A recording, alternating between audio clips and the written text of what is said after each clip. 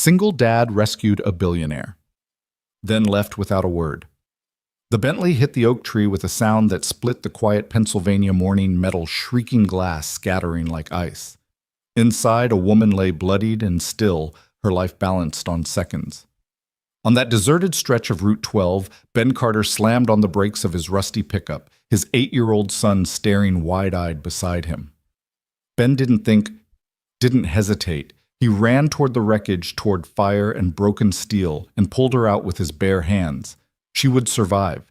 He would vanish, and what began as a single act of courage would tear open 2 lives already scarred by loss. Follow my story to the end and comment the city you're watching from so I can see how far this story reaches. The world broke apart at 6:47 a.m. On an otherwise silent stretch of Route 12, a silver Bentley careened out of its lane tires, screeching, before slamming head-on into an ancient oak tree that had stood there for a century. The sound was like thunder shattering the dawn metal, twisting glass, bursting into shards that glittered across the asphalt. Steam hissed from the mangled hood, curling into the frosted Pennsylvania morning like white ghosts. Inside the old Ford pickup that trailed 100 yards behind Ben Carter's hands tightened on the wheel. His son Jacob jolted upright beside him, the crayon he'd been clutching tumbling to the floor. "Dad." The boy gasped, his brown eyes wide. Ben's foot was already on the brake. The truck skidded to a halt at the roadside. He turned sharply to his son. "Stay here. Don't move." His voice carried the clipped firmness of a man who'd seen crisis before a tone Jacob had never learned to question. Ben shoved open the door boots, crunching against gravel, and sprinted toward the wreck. The morning air bit cold into his lungs, carrying with it the acrid stench of leaking fuel. The Bentley's front end was folded in on itself, its windshield spider-webbed with cracks. Through the haze of smoke and steam, Ben saw her slumped over the wheel, platinum hair matted with blood, an arm twisted at an unnatural angle. "Hang on," he muttered under his breath, a prayer and a promise in the same breath. He grabbed the driver's handle, jammed. He yanked harder, the metal cutting into his palm. No give. He sprinted to the passenger side. That door was crumpled but not locked. Planting a shoulder against it, he shoved until something snapped and the frame popped open with a shriek that echoed across the trees. The interior reeked of gasoline and blood. Shards of glass glittered across the leather seats. He crawled in, ignoring the sting as a piece sliced his forearm. "You're not dying here," he growled, hooking one arm beneath her back and the other under her knees. Her body was light, frighteningly so limp against his chest. Her head lolled against his shoulder, her breath shallow, but still there. Outside, Jacob had pressed his small face to the truck's window, knuckles white on the glass. Ben caught his son's gaze for half a heartbeat, a silent reassurance before turning away and carrying the woman onto the frosted grass. He knelt, laying her gently down, checking for a pulse. Faint, fluttering. He ripped off his flannel overshirt, balling it against the gash at her temple. Blood seeped through warm against his calloused hands. Jacob's voice carried muffled but urgent. "Dad? Is she okay?" "She's alive," Ben called back, his voice steady though his heart pounded. "Get back in the truck." The boy hesitated, then obeyed, climbing inside, though his wide eyes never left his father. Ben kept pressure on the wound, whispering nonsense. "You're all right, you're safe, stay with me," as though his words alone could keep her tethered to this world. The sirens came faint at first, then closer, growing louder until red lights flashed across the morning mist. Tires screeched, paramedics poured out. Ben backed away, letting them swarm her with oxygen masks. Lines practiced efficiency. One of them looked up. "Were you the one who pulled her out?" Ben only nodded, wiping blood from his hands onto his jeans. He gave no name, no number, just stood there until they hoisted her onto the gurney.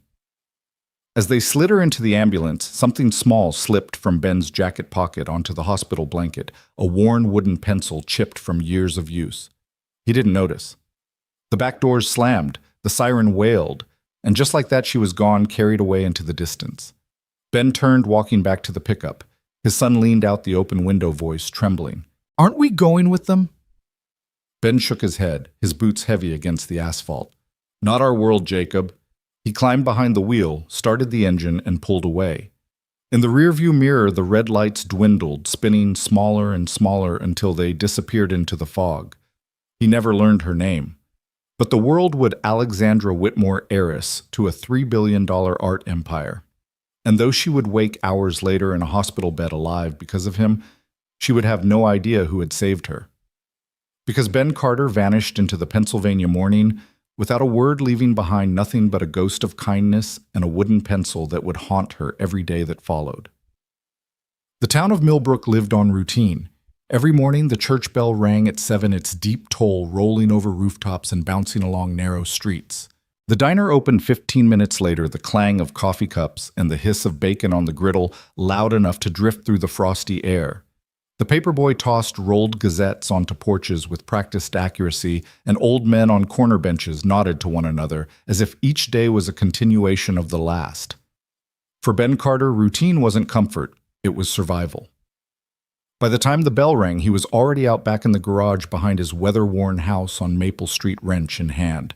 The building leaned slightly from decades of storms, but the bay door still rolled up with a groan, and inside it smelled of oil rust and determination. Ben had built this garage with Linda, his wife, back when they still thought the future stretched endless. She had held boards while he hammered painted the walls a cheerful blue, even planted marigolds outside to soften the smell of grease. Now, years after cancer had stolen her, the paint was faded and the flowers long gone, but the place remained both sanctuary and lifeline. Engines of every kind rolled into his care farm trucks with rusted fenders, sedans with mysterious rattles, the occasional BMW whose owner was surprised that a small-town mechanic could do what dealerships couldn't. Ben's hands, scarred, strong, calloused, moved over them with patience. He coaxed engines back to life the way other men might coax music from a guitar. And in the corner after school, Jacob sat on a stool with his sketchbook balanced on his knees. The boy rarely said much, but the scratch of his pencil filled the silence steady as breath. He always drew families. Mothers and fathers holding hands with children, trees sheltering them overhead. Sometimes he drew his mother from memory, her long hair the way her eyes crinkled when she laughed. Sometimes he drew himself between both parents, a world that no longer existed but lived fiercely on paper. Ben saw every page, though Jacob never offered them. The drawings were both beautiful and devastating.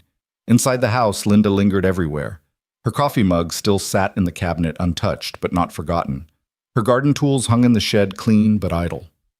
And in the backyard, carved deep into the oak's bark, their initials still rested within a heart, B+L.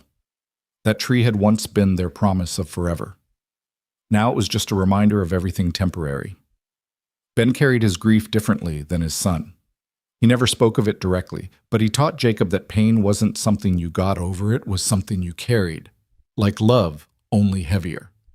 When the boy asked questions late at night, Ben always answered honestly, even if the truth was hard. Mrs. Patterson, the widow next door, became their guardian angel in casserole form.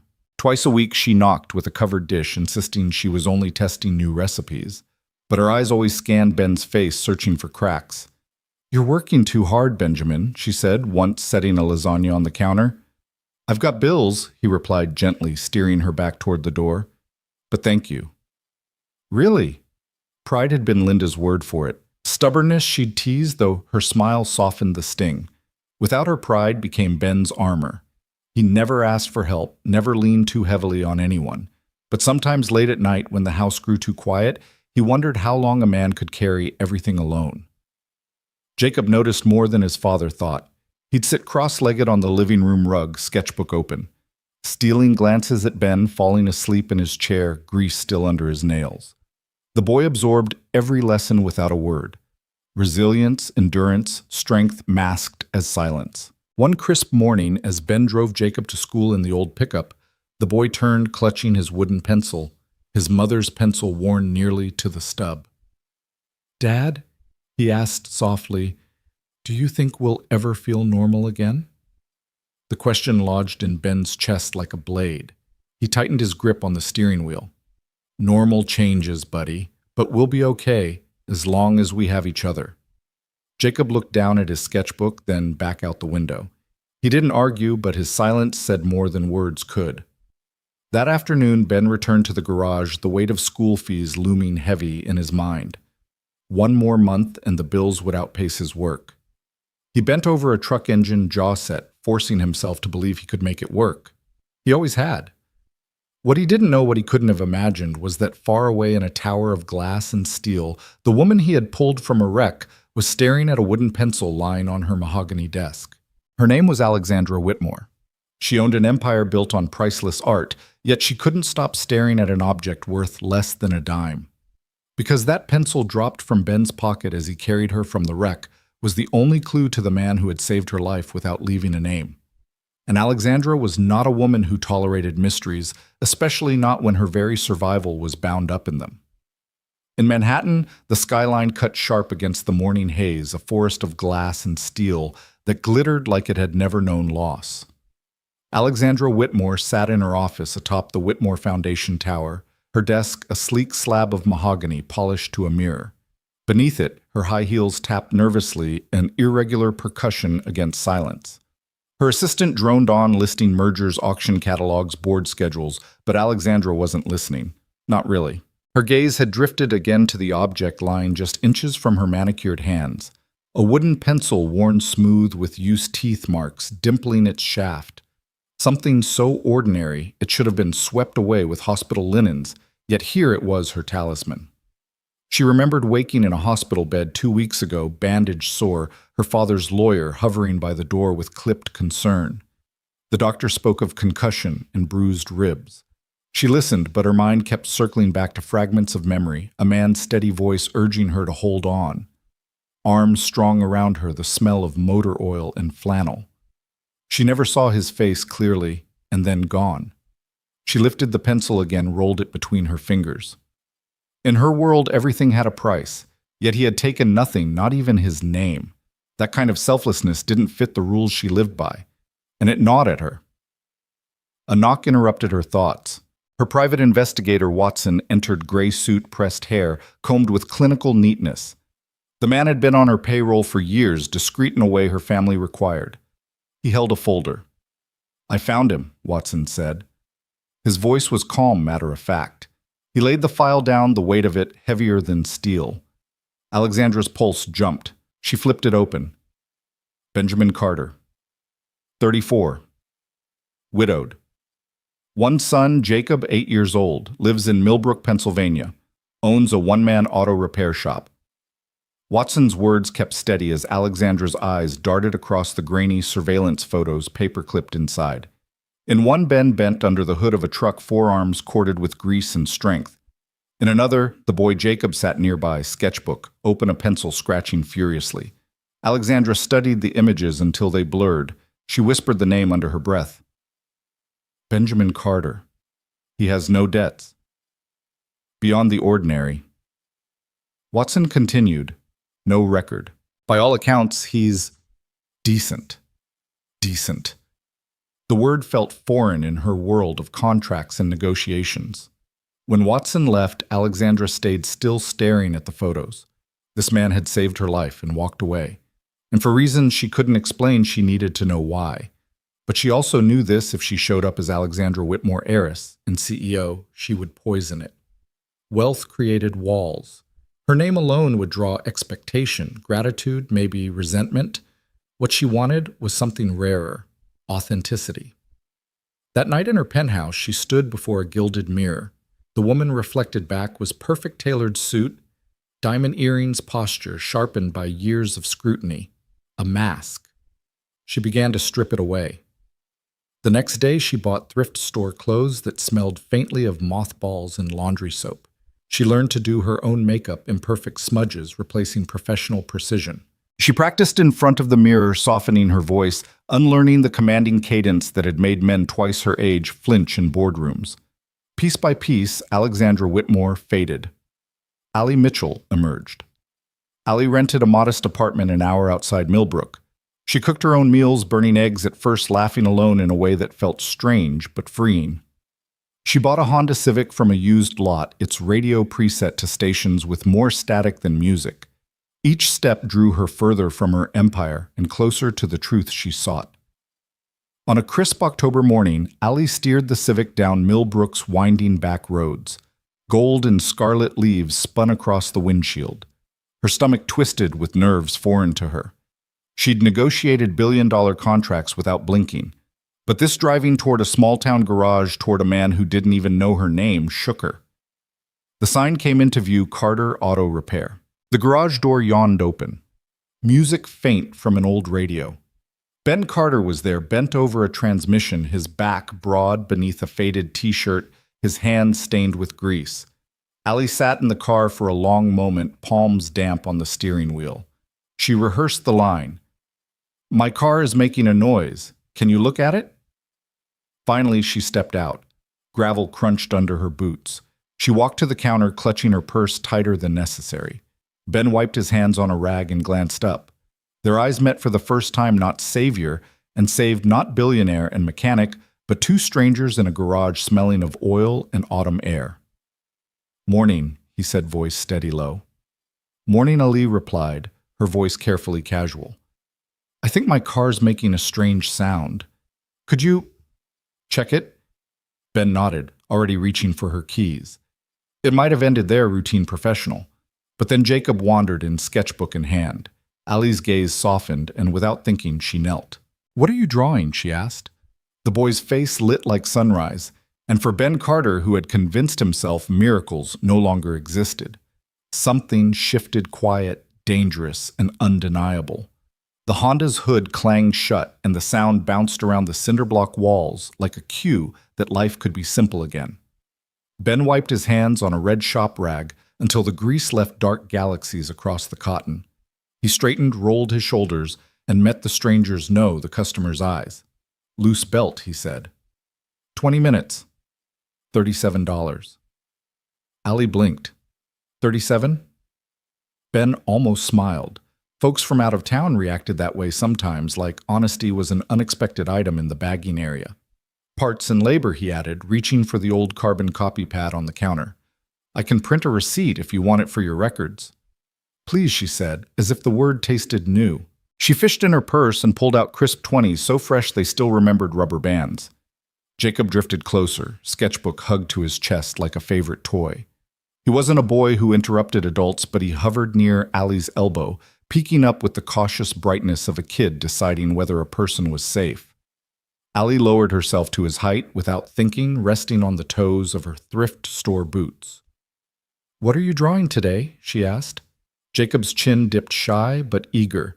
He flipped to a page. A tree spread its branches across the paper-thick trunk carved with a faint heart. Two initials, B+L, hid in the bark. Light fell through the leaves in pencil strokes so delicate they felt like breath.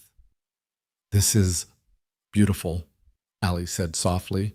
She pointed with the gentleness of someone handling museum glass. "See how your lines go one direction? If you cross-hatch small strokes at an angle, you'll get shadow that feels like it's wrapping around the bark. Try here." She angled her pencil, demonstrating tiny strokes that built depth. Jacob copied her, the world narrowing to graphite and grain. "Like this, exactly like that." She looked up at Ben, a flicker in her eyes as though she wanted to ask permission to praise his child. "He has a real eye, Mr. Carter." "Ben," he corrected slower than he meant to. "You can call me Ben." "Ali," she said. And the name landed between them like a stone skipping across water. 1, 2, 3, ripples and gone. She slid the money across the counter and tucked the receipt into her purse as though she were collecting proof that people like him existed. The afternoon light slanted through the garage door, dust turning into glitter in the beam. The radio crackled out an oldies station where the DJ sounded like a cousin. A space heater hummed near the wall, fighting a losing battle against the October air. Ordinary life filled in around them, modest and complete. "Need anything else?" Ben asked. "No." She hesitated, then glanced at Jacob's notebook again. "Actually, is there a place in town that sells sketching paper? Good paper?" Ben shook his head. "You'll find printer paper and spiral notebooks. For the good stuff, folks drive to reading." He saw the flicker of something in her face. Surprise. Maybe that a place could run just fine without specialty stores on every corner. "We make do," he added. She smiled, not in pity, but in respect. Making do looks like a kind of art. Her Civic rattled freshly quiet now and rolled away down the gravel. Jacob watched from the bay like a kid watches the last float pass at a parade. Ben pretended not to notice. "Wash up, champ," he said, tipping his head toward the utility sink. "We'll close early today. Can we drive to Reading sometime?" Jacob asked as he scrubbed his hands, dark swirls clouding the water. "For paper, we'll see." Ben said, which was the kindest form of money's tight he knew how to give. Ali came back 3 days later. "There's a noise," she said, sheepish. "A new one. Describe it." Ben said, already leaning across the counter to listen to the engine, even though he didn't need to.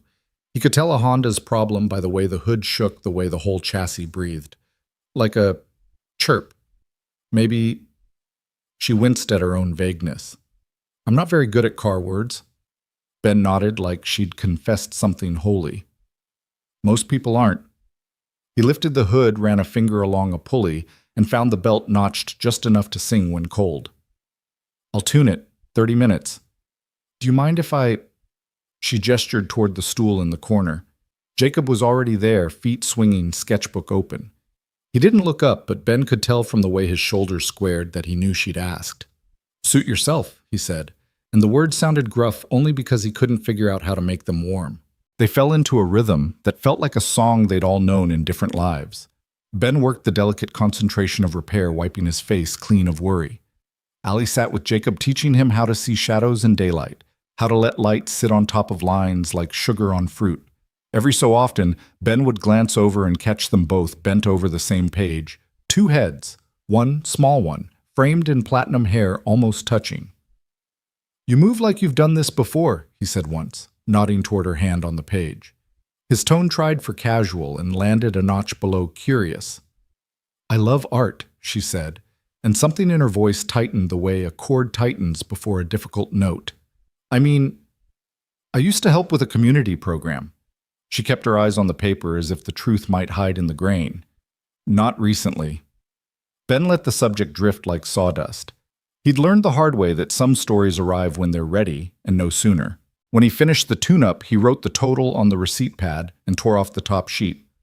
"No charge today," he said, holding it out to her. Ali blinked. "Why not?" "It was nothing, more noise than issue." He shrugged. "Anyway, I already learned something about cross-hatching." Her laugh came out before she could stop it. For a heartbeat, the practiced composure slipped, and the person underneath, unguarded, surprised, looked back at him. "Then I owe you a lesson next time," she said. It hung there, a question wrapped as a promise. She paid anyway, sliding a single 10 across the counter with a small defiance he couldn't name.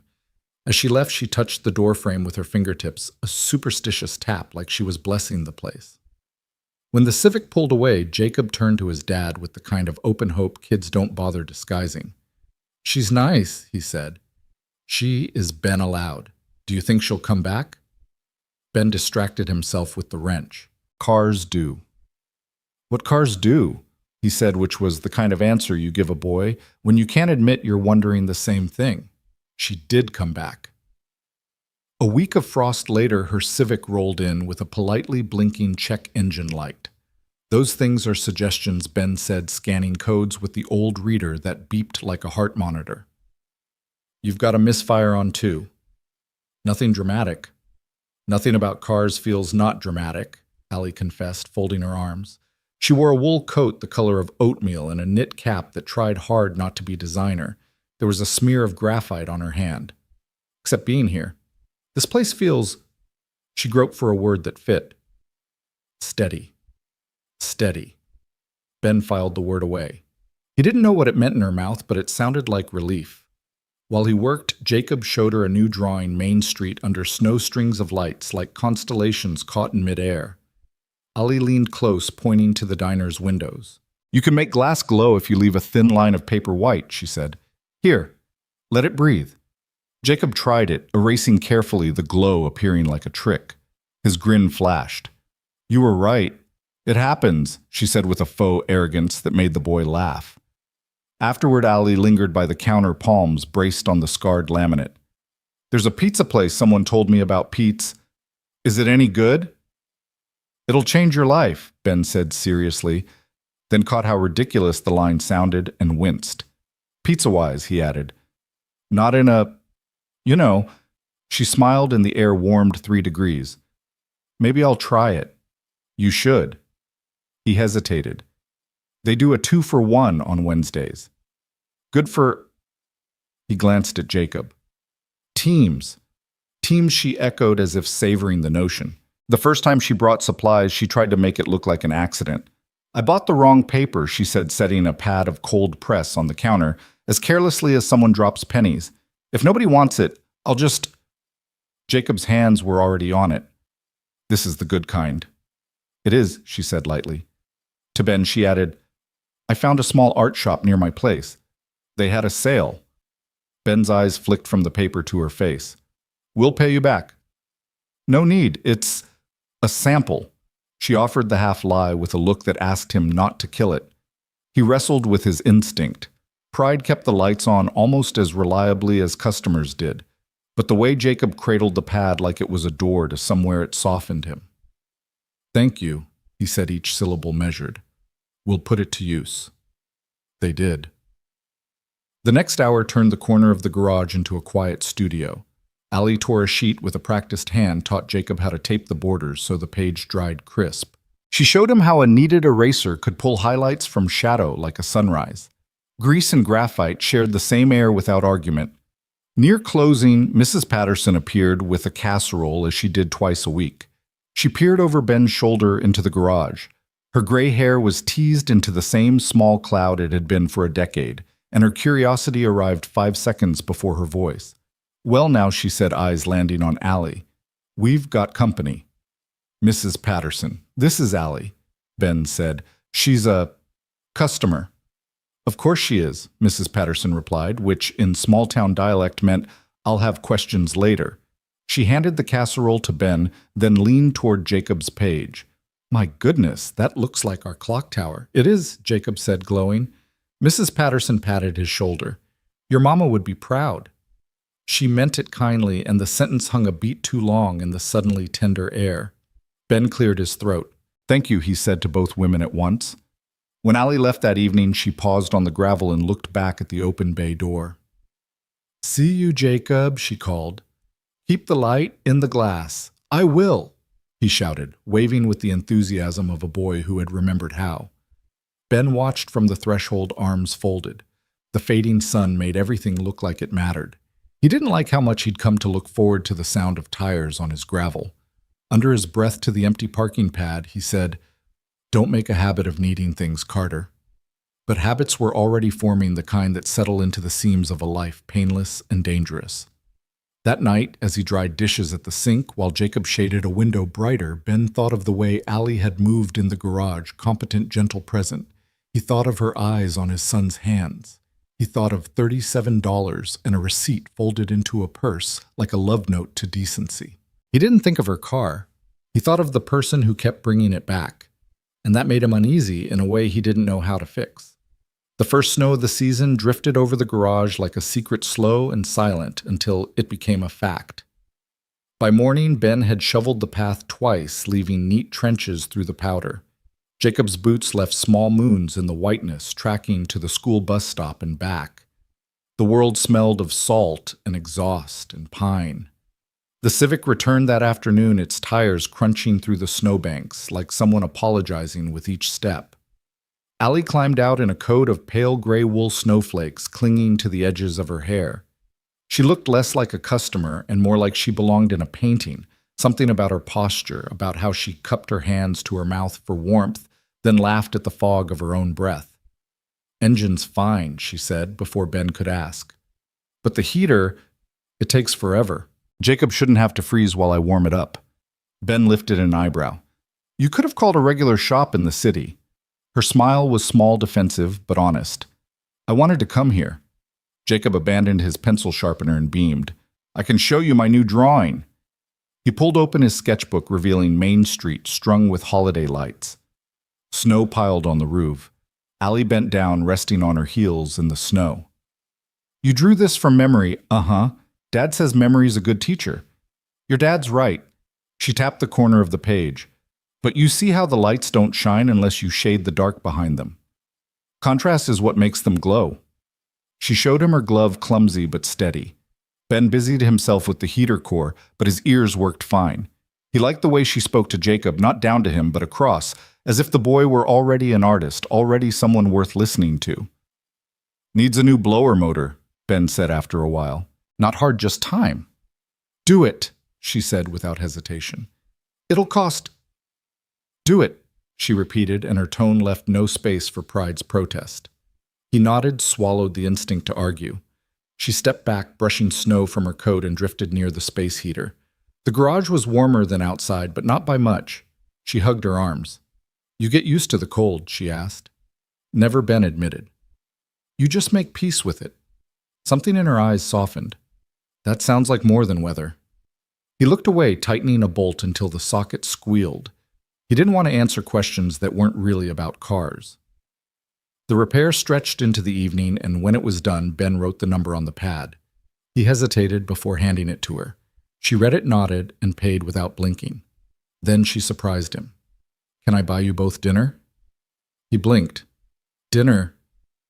There's a diner down the street. I passed it on my way in. Seems cozy.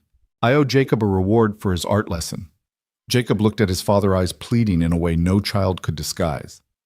Ben's instinct was to refuse. Pride again, that old watchdog. But he saw the hunger in Jacob's eyes, not for food, but for company. He sighed. All right, but we pay for our plates. Ali smiled. Deal. The diner buzzed with neon and the smell of fried onions. Vinyl booths lined the windows, and the jukebox in the corner played a scratchy Elvis song. Locals nodded to Ben as he entered, the kind of nods that said, "We know you." They noticed Ali too, eyes sliding over her coat, her posture, her quiet grace. Curiosity hummed but didn't touch her. They slid into a booth. Jacob ordered pancakes because pancakes at night are a child's rebellion, and Ali followed his lead with pie. Ben chose coffee as anchor. This place feels like a movie set, Ali murmured, eyes roaming over the waitress with teased hair, the cook flipping burgers behind the counter. It's just Pete's, Ben said. Just Pete's, she repeated as though the words meant more than he allowed. Jacob poured syrup with too much freedom, and Ali laughed, steadying the plate. You'll have a sugar storm later, she teased. Worth it. Jacob grinned.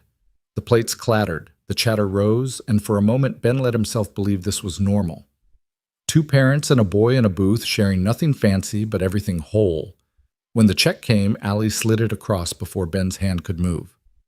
I invited, she said. Don't fight me. He met her eyes, ready to argue. But something there, a mix of gratitude and insistence, stilled him. He let it go just this once. On the way back, snow fell harder. The street lamps cast cones of light that caught each flake. The Civic purred with its new heater. Warm air fogging the windshield. Jacob fell asleep in the back sketchbook open on his lap. At a stoplight, Ali glanced at Ben. You're not what I expected. What did you expect? She hesitated. Someone rougher, angrier. You work hard, you've lost things. Most people in your position carry it like armor. Ben's jaw tightened. And you think I don't? No, she said softly. I think you carry it differently, like you don't want your boy to feel it. The light turned green and he didn't answer, but her words lingered all the way back to the garage where she dropped them off. Thank you, she said as Jacob stirred awake. For the repair, for everything. Ben nodded, hands shoved in his jacket. He watched her car vanish into the snow, taillights bleeding red against the white. Inside, Jacob yawned. Dad, he mumbled. Do you think she'll come back again? Ben didn't answer right away. He set the casserole dish for Mrs. Patterson on the counter, stared at the steam rising when he lifted the foil. Finally, he said, Cars always need something. But deep down, he knew it wasn't the car bringing her back. The days shortened December, pressing its long nights against the little town. Holiday lights bloomed across porches, their glow spilling over snowdrifts like melted jewels. At Carter Auto, the radio hummed Christmas songs from another era, scratchy but warm, while Ben replaced brake pads and rotated tires. It was the season where loneliness carved deepest. For years, Ben had gotten through by working late, keeping his mind buried in engines. But this year felt different. Maybe it was because Jacob hummed louder when Ali visited, or because Ben found himself watching the road more often, waiting for her Civic to appear. She came again just as twilight painted the street lavender. This time it wasn't the car at all. She carried a box wrapped in brown paper steam, escaping faintly from the edges. "Peace offering," she said, stepping inside the garage. "Homemade chili." "Don't laugh. I had help from a cookbook." Jacob cheered as if Santa had just landed. He tugged her toward the tiny kitchen corner, already setting out bowls. Ben leaned against the workbench, arms crossed. "You don't have to keep bringing things." Ali tilted her head. "Maybe I like cooking for someone who actually eats it." He smirked despite himself. "You sure it's edible?" "Try me." The three of them sat around the battered table, the chili surprisingly rich with spice. Jacob declared it the best he'd ever tasted, though he said that about most hot meals. Ben ate slower, savoring not just the food, but the sound of laughter bouncing against the garage walls. It had been a long time since those walls heard joy. When Jacob excused himself to wash his hands, Ali glanced at Ben. "I have a confession," she said. He raised a brow. "That you bribed us with chili." She smiled faintly. "That I'm not just some drifter. I've done well. Very well, actually. But I didn't want to lead with that. I wanted to know what it felt like to just be, without the weight of a last name or expectations." Ben studied her spoon, paused. "So what are you running from husband, family?" Her gaze dropped to the table. "Expectations," she repeated softly. "Maybe a little bit of myself." There was a silence, heavy with things unsaid. Ben could feel the truth straining beneath her words, but he didn't push. Not yet. Later, while Jacob sketched at the counter, Ali helped Ben hang a string of Christmas lights across the garage doorway. They stretched the wire together, her fingers brushing his as she steadied the ladder. It was nothing to touch a laugh when the bulb refused to glow, but for Ben, it felt like stepping into dangerous territory. "Looks better already," she said, squinting at their crooked handiwork. "It's a garage, not Rockefeller Center," he muttered, though the sight of lights twinkling against snow stirred something in him he hadn't let himself feel in years. Jacob clapped. "It's perfect."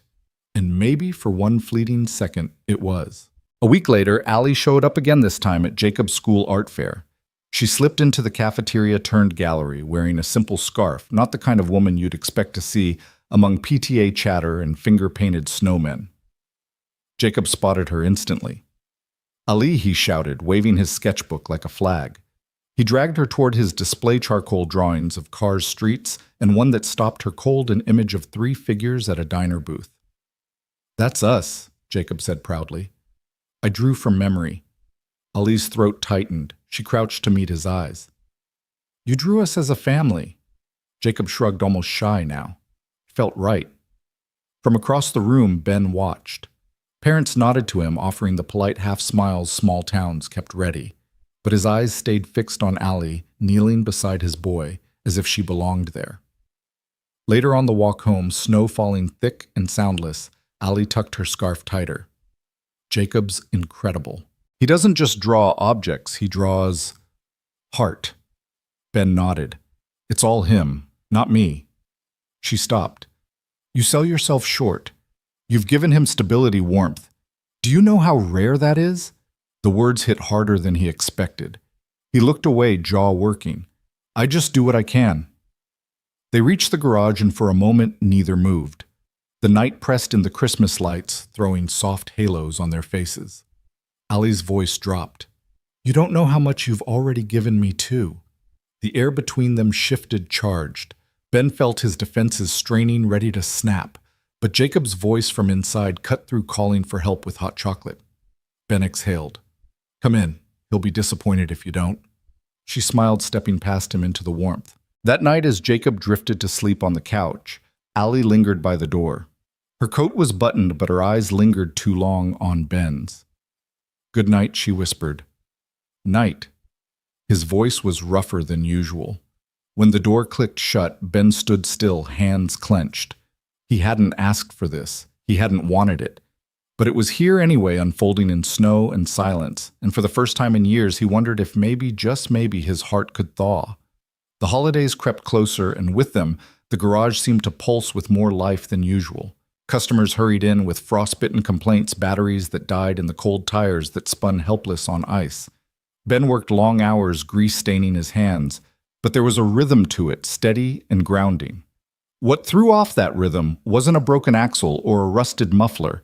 It was the sight of Allie pulling up again, not in the Civic this time, but in a black SUV that looked far newer than anything she'd ever mentioned. It idled smoothly in the snow headlights, cutting white arcs through the dusk. Ben's chest tightened. The SUV didn't fit her drifter story. Jacob ran out before Ben could say anything, sliding on the icy patch in his hurry. Allie. She knelt, catching him mid-stumble. Her scarf was crimson tonight, vivid against the snow. Careful, artist. You'll break your drawing hand. Jacob laughed, and the sound was so pure it washed away Ben's unease for a moment. Inside, she set down 2 paper bags, Christmas cookies, and a turkey. I wasn't sure if you'd cooked yet. Ben eyed the bags. You didn't have to. I wanted to, she said simply. Her gaze flicked over Jacob, decorating a cardboard tree cutout, then back to Ben. Besides, holidays shouldn't be survived. They should be shared. The words stirred something bittersweet in him. For years, holidays had been about making do, boxed dinners, small gifts, the two of them pretending that was enough. He never complained, not in front of Jacob, but hearing her say it aloud reminded him of all that was missing. Still, pride itched. We manage. Allie's smile didn't falter. I know. That's why you deserve more. Dinner that night stretched longer than usual. Jacob set the table with unmatched plates humming carols. The turkey roasted in Ben's old oven filled the garage with a warmth that went beyond heat. They ate until Jacob leaned back, groaning. Best Christmas ever, he declared, maple brown eyes drooping. Ben chuckled, carrying him to bed. By the time he returned, Allie was clearing plates, sleeves rolled up. You don't have to do that, Ben said. She glanced up, soap suds dripping from her hands. What makes you think I don't want to? The simple honesty of it unmoored him. He leaned on the counter, watching her hands work, listening to the faint crackle of the radio. For a moment it felt like a life he might have had if things had turned out differently. When the last dish was stacked, Allie dried her hands. Ben, may I ask something? He braced himself. Depends. Why do you always look like you're waiting for the ground to give way? The question cut through him. He looked away, jaw tight. Because it has before. Silence. Then her voice softer. And yet you keep standing. He didn't answer. Couldn't. She stepped closer, her eyes searching his. Let someone stand with you. The words rattled his defenses. He felt the urge to tell her everything, the long nights, the debts, the fear that one wrong turn would cost Jacob everything. But vulnerability was a door he hadn't opened in years. So instead he muttered, It's late. Roads'll ice up. Her expression flickered, hurt maybe, but she masked it quickly. Good night, Ben. She left, and the garage felt colder without her. The next day brought confirmation of what Ben had suspected. A customer in town mentioned seeing Allie at the big bank in the city, seated at the head of a boardroom table. She's someone important, the man said.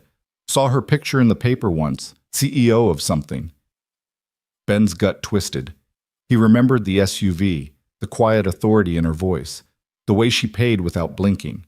He replayed every conversation, every smile. Was she laughing at him, testing him?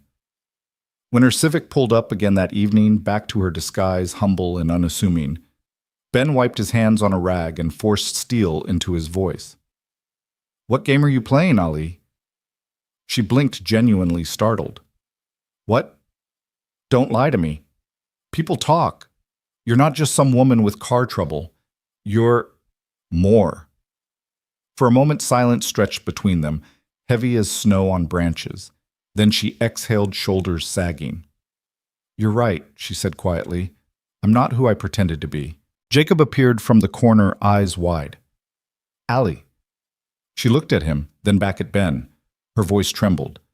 I should have told you sooner. Ben's heart pounded. The fragile trust they'd built teetered one truth away from collapse.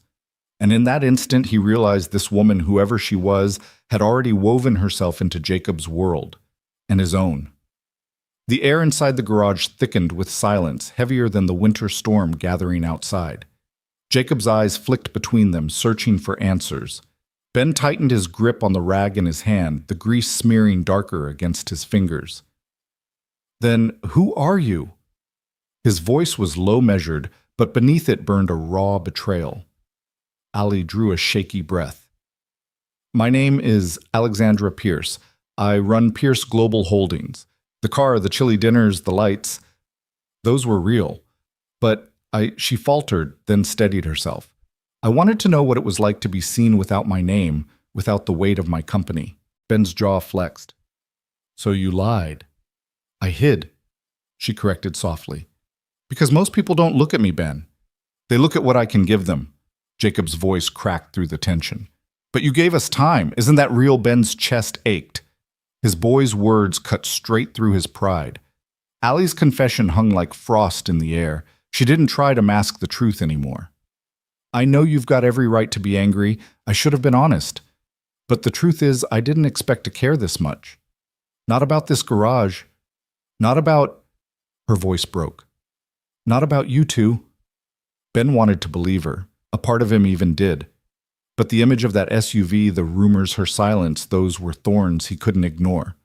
"People like you don't stay in places like this," he muttered. "You'll leave. And when you do, it's my kid who gets left behind." The words landed sharper than he intended. Ali's lips parted, pain flickering across her face. She opened her mouth to answer, but Jacob slammed his sketchbook shut, the sound jolting both adults. "Stop fighting," the boy pleaded. "I don't care if she's a queen or a superhero or whatever. She's our friend." Ben's throat tightened. Alexandra crouched to Jacob's level, her eyes glassy. "I'll never stop being your friend," she whispered.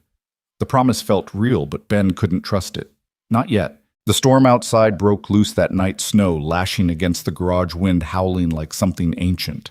Alexandra stayed longer than she intended, reluctant to leave them in the thick of an argument. By the dim light of the garage heater, she watched Ben work in silence, his shoulders rigid, every movement precise. Finally, she whispered, "You think I'm playing some game. But do you really believe I'd spend nights here cooking, laughing, helping Jacob with his drawings, if it wasn't real?" Ben didn't look up.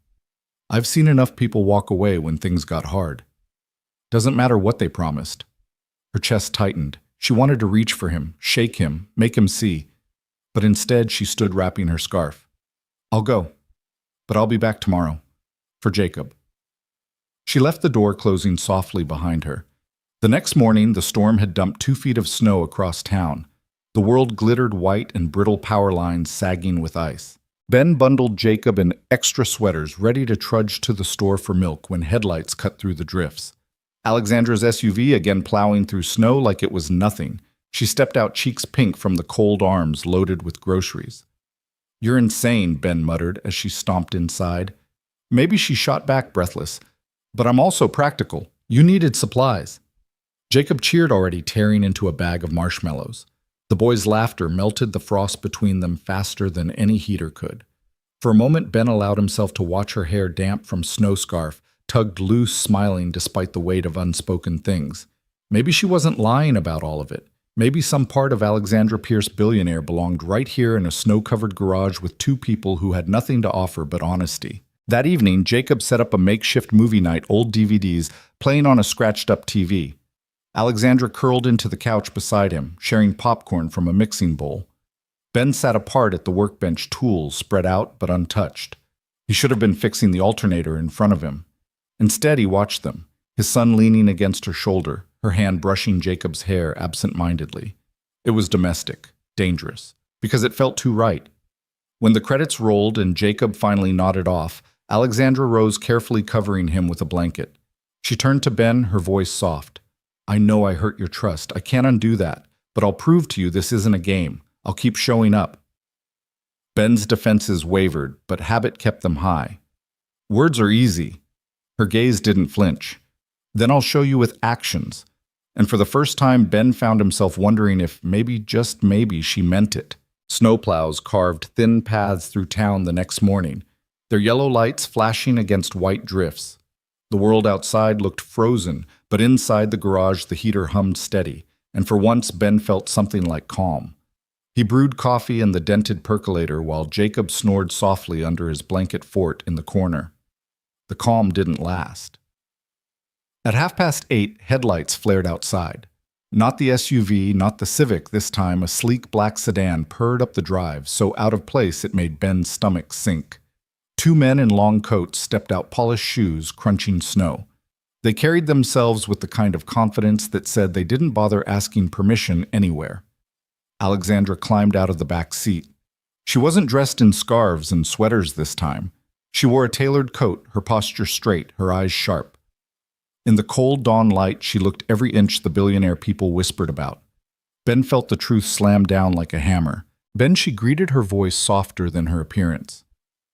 "May I come in?" The men in coats hovered, but she waved them off, striding toward the garage like she'd done it 100 times. Jacob stirred awake, blinking at her. "Ali." Her gaze softened. "Hey, champ." She crouched, brushing snow from her coat before she touched his shoulder. "I had a meeting in the city, but I needed to see you." Jacob lit up. "You came back." Ben's chest tightened. Of course she came back. But the sight of her flanked by suits stepping out of a chauffeured sedan shattered the fragile illusion they'd been living. He set his coffee down harder than he meant to. "So this is it. The truth." Alexandra straightened her eyes on him now. "Yes. I'm not just Ali. I'm Alexandra Pierce, and I should have told you sooner." The words stirred a storm inside him. He remembered their quiet dinners, the sound of her laugh, mixing with Jacob's, the way she washed dishes like any other guest. Was all of that just an experiment to her? "You played house," Ben said flatly. Her eyes flashed. "No. I lived honestly with you, even if I wasn't honest about my name. Every moment with you and Jacob was real." Jacob's voice broke in, worried. "Dad?" Ben crouched beside his son, steadying him. "It's okay, buddy. We're just figuring things out." But his voice cracked at the edges. Alexandra stepped closer, lowering her tone. "I didn't come here to hurt you. I came here because for once I felt like myself. No shareholders, no boardrooms. Just me. Just Ali." Ben shook his head. "You'll leave. People like you always do." Her jaw trembled. For a moment the CEO veneer cracked. "Maybe I can't promise forever. But I can promise this: I won't walk away without telling you why. And I won't lie to Jacob again." The sincerity in her voice cut through his anger, leaving behind only exhaustion. He wanted to trust her, but the weight of responsibility pressed hard against his ribs. Jacob's trust was fragile, and Ben had sworn to protect it at all costs. Later that day, the garage was busier than usual. Customers came in for tire chains and salt bags, tracking snow across the floor. Alexandra stayed rolling up her sleeves, handing out coffee, even helping an old farmer carry boxes to his truck. The men in coats waited outside, shivering by their sedan, clearly unused to the grit of small-town life. One customer leaned toward Ben, whispering, "Isn't that the Pierce woman? Thought she owned half the city." Ben's stomach twisted. Small towns had long memories, and gossip spread faster than winter fire. By evening, though, Jacob was grinning ear to ear as Alexandra helped him paint a snow-covered barn scene. She laughed when he smeared blue on her cheek, and the sound filled the garage with warmth no storm could match.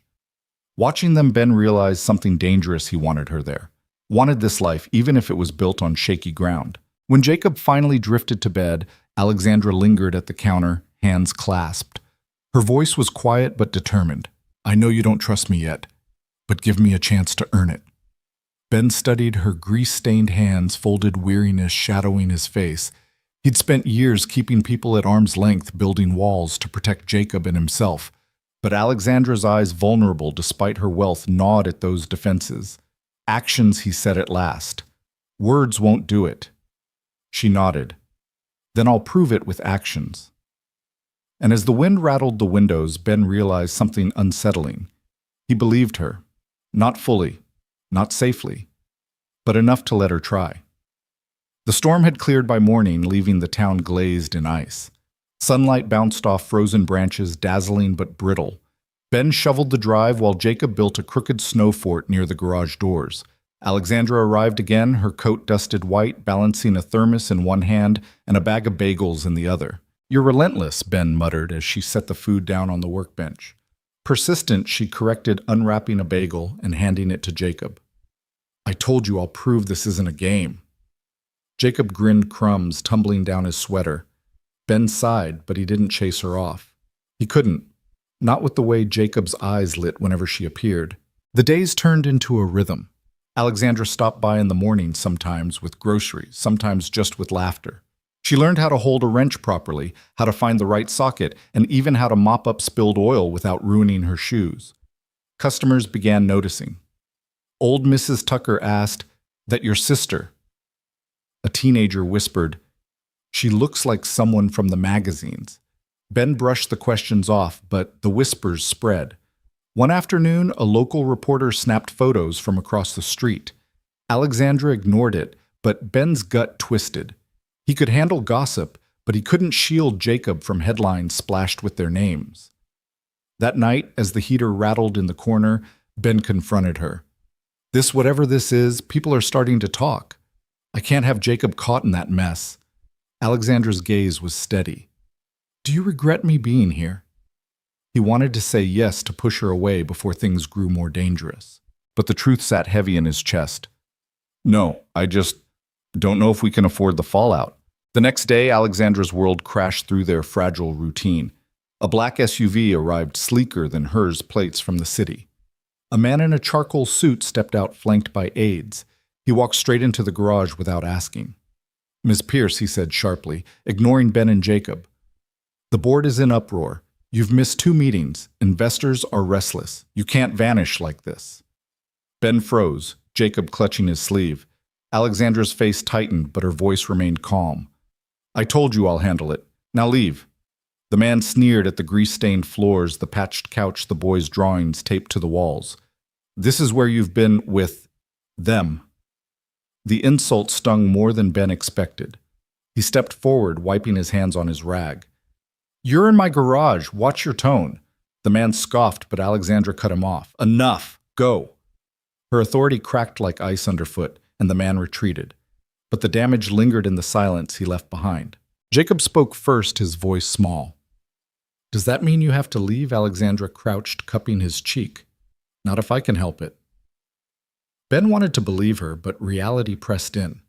A woman like her belonged to a world of boardrooms and power plays. A man like him belonged under a hood fixing what was broken.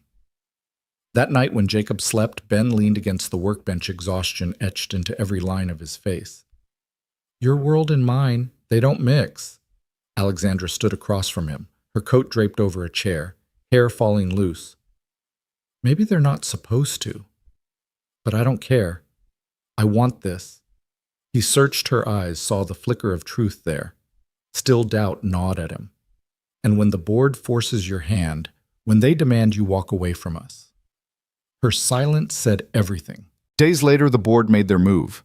Headlines splashed across the town's single newspaper, "Pierce heiress missing found in small-town garage." Photos of Alexandra handing Jacob a mug of cocoa ran alongside stories of stock dips and investor panic. Customers whispered louder. Some cheered her for being real. Others muttered she was slumming. For Ben, it was a nightmare. Jacob read over his shoulder, eyes wide. "Dad, are we in trouble?" Ben hugged him close. "No, buddy, we're not the ones in trouble." But when he looked up, Alexandra stood in the doorway, pale, her phone buzzing endlessly in her pocket. And Ben knew the fight for whatever fragile bond they'd built had just begun. The garage felt smaller after the article broke. Customers still came for oil changes and winter tires, but every glance carried questions unspoken. Ben could feel the weight of their stares pressing into his back as he worked beneath hoods. Jacob noticed it too. The boy grew quieter, sketching in the corner instead of chatting with neighbors. Alexandra, however, refused to vanish. She showed up each morning with the same thermos of coffee, the same determination in her eyes. If anything, the storm around her only seemed to harden her resolve. She wore no jewelry, no makeup, some days just jeans, a sweater, and sleeves rolled up to work. Still, the outside world clawed at the edges of their fragile routine. Her phone buzzed endlessly. When she ignored it, the calls turned to visits. One evening, just as Ben was locking up another car, arrived sleek black tinted. Out stepped a woman in a crimson coat, heels crunching in the salted slush. Her expression was sharp enough to cut steel. Alexandra, she said coldly, striding forward. What on earth are you doing here? Ben tensed. Jacob peered from the doorway, sensing the tension. Alexandra froze her jaw tight. Mother, she breathed. The older woman's eyes swept over the garage with disdain. This is your hiding place with grease and filth, and... Her gaze fell on Ben and Jacob. This Ben's hand curled around the wrench in his palm, not as a weapon, but as if holding on to something real, something solid. Alexandra's voice shook, but didn't break. I'm here because I want to be, because this... She gestured at the small garage the boy clinging to his father's sleeve is real. It's not stock prices or board meetings. It's life. Her mother's laugh was brittle. Life. Alexandra, you have responsibilities, a company, thousands of employees. You don't get to play house with mechanics and children. Jacob flinched at the words, his cheeks burning. Ben pulled him closer, his voice low. Easy, son. Words can't touch us unless we let them. But inside, fury burned. He'd worked too hard to protect Jacob from that kind of cruelty. Alexandra stepped closer to her mother, her eyes blazing. This isn't a game. Jacob is a child, not collateral. And Ben is more of a man than anyone sitting at that board table. The older woman stiffened, shocked by the defiance. You'd risk everything for them. Without hesitation, Alexandra answered, Yes. The silence that followed was louder than any argument. Her mother's eyes narrowed, but she turned sharply, marching back to the car. The door slammed, tires hissed on ice, and then she was gone. The garage was quiet again, only the hum of the heater filling the air. Jacob looked up at Alexandra, his eyes wide. She doesn't like us. Alexandra knelt, pulling him into a hug. She doesn't know you yet. That's her loss. Ben watched, torn between gratitude and unease. Alexandra had chosen them, at least for now. But her mother's words echoed in his mind. You don't get to play house. Later, after Jacob was tucked in, Ben lingered by the workbench, wiping his hands on a rag already clean. Alexandra stood across from him, her face pale in the dim light. You didn't have to defend us like that, he said quietly.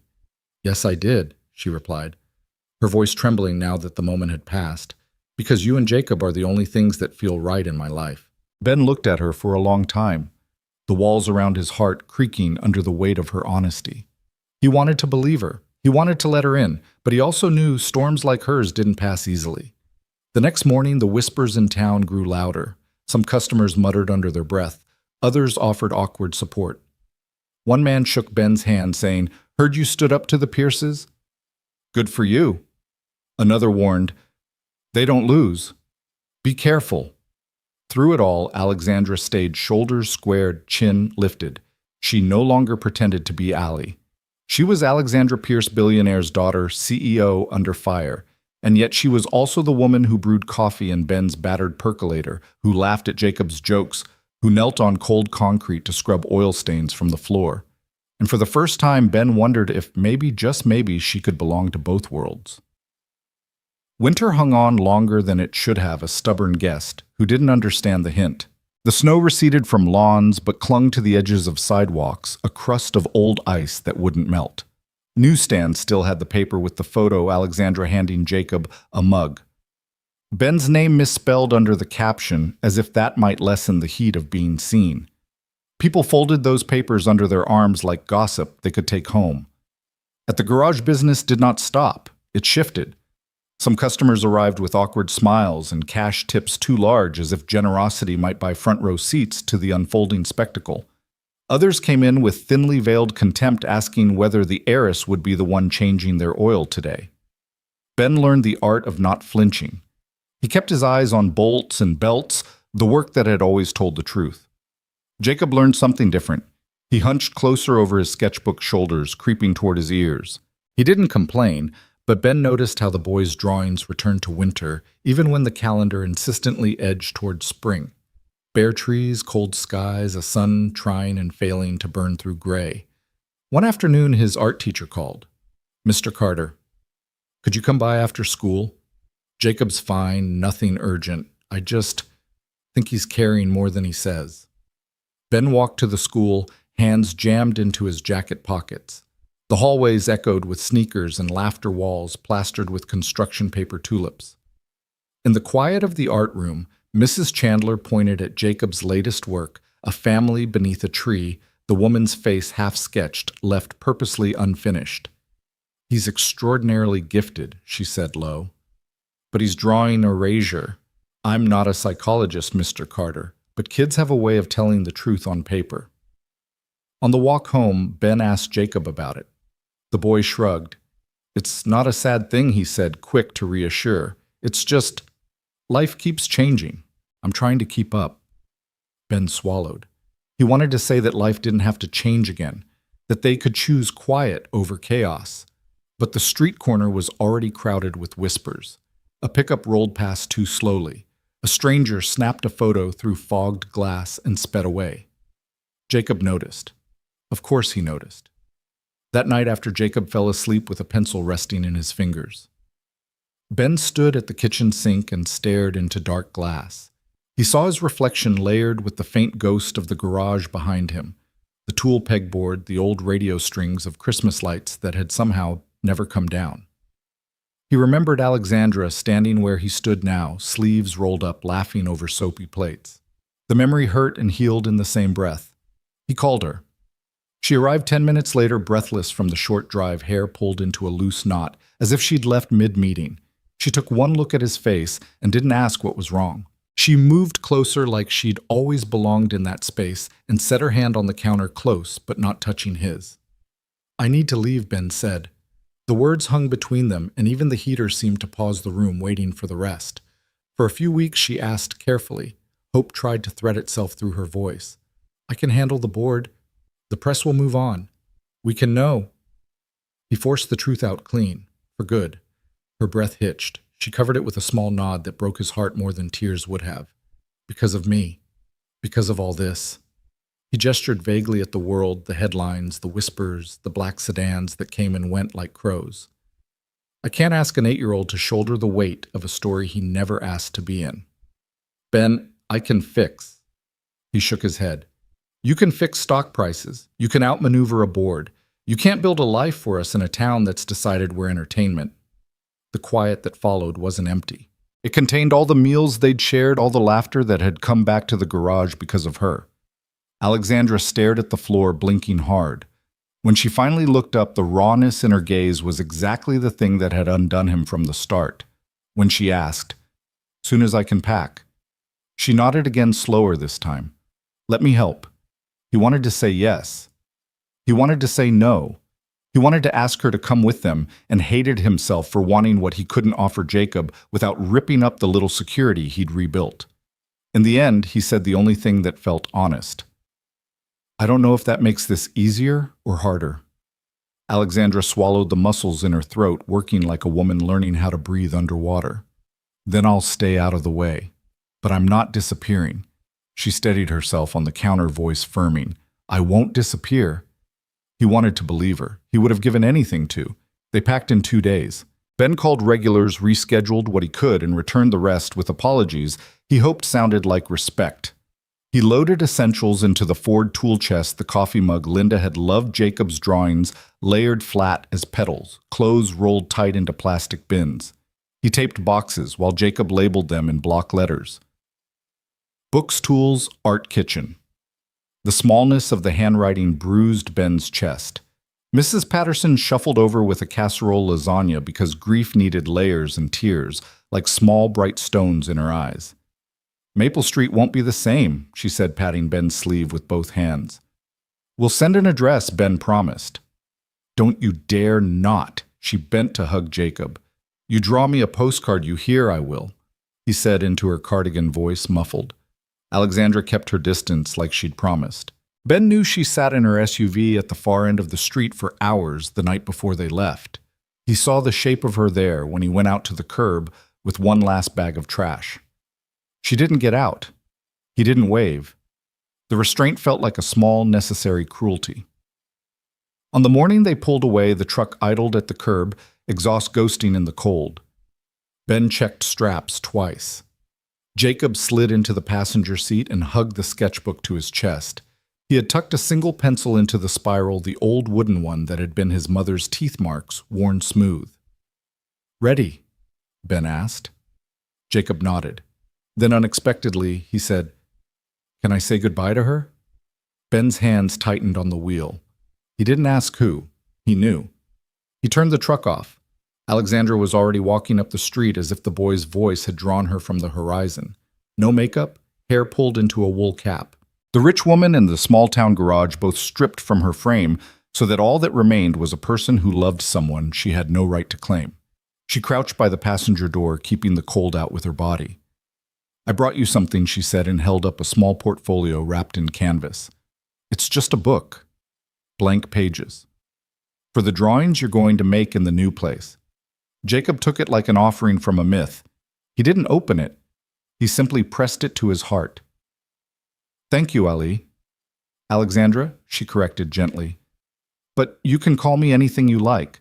He frowned, chewing on the edges of a brave thought. "Will you find us? Not now, but later." Her answer came without hesitation. "Yes." Then softer. "Only if your dad says it's okay." Jacob looked at Ben. Ben looked at both of them and imagined the next month the quiet apartment somewhere far away.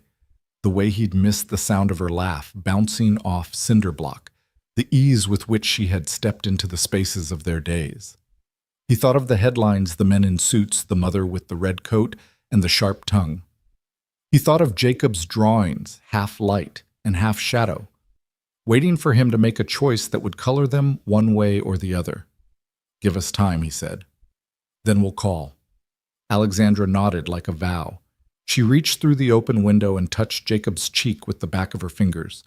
Then she stepped back, hands stuffed deep in her pockets to keep from reaching again. Ben turned the key. The engine coughed, caught steadied. He shifted into drive and pulled away from the curb he'd parked at 1,000 times.